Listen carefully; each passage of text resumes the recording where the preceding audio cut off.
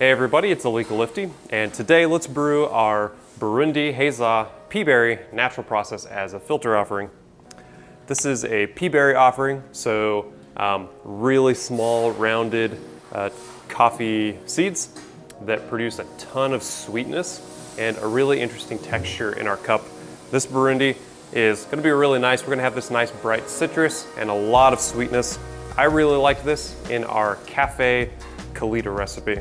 So, Kalita wave, paper filter. We're going to be using 25 grams of our Burundi, ground medium fine. This was 11 on a Baratza Encore. This is about 21 on your Comandante C40. And this was actually 6 on a Malkunig EKS.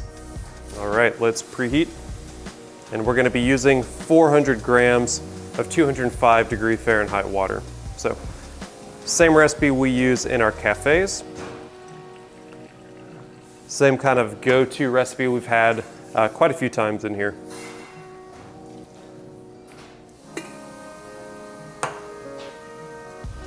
I liked this recipe because I found this coffee a little difficult to work with. It just wants to be really bright and light in texture. And this recipe allows us to grind a little bit more fine and get a really good cup of coffee because of its size.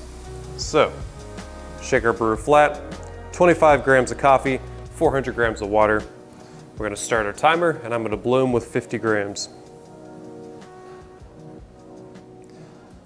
You'll also find that this coffee just kind of grinds a little bit dusty-like. Your brew bed is not going to be very smooth. It's kind of a muddy coffee, but its flavors are still going to be bright and clear. We're going to allow this bloom for 30 seconds, and here at 30 seconds, I'm going to punch it here in the middle, spiral outside up to 160 grams total.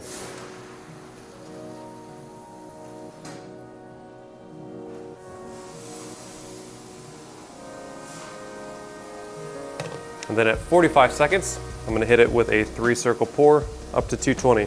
Boom.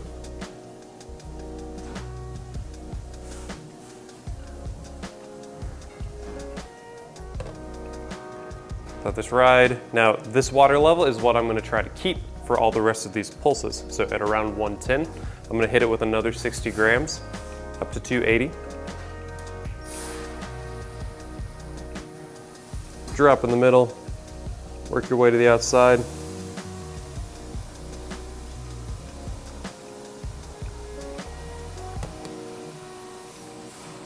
At around 235, I'm gonna hit it with another 60 grams up to 340.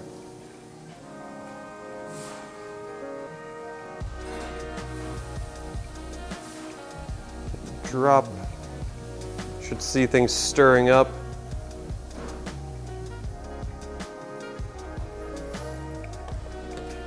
And then here at 2 minutes, I'm gonna finish this off to 400 grams total.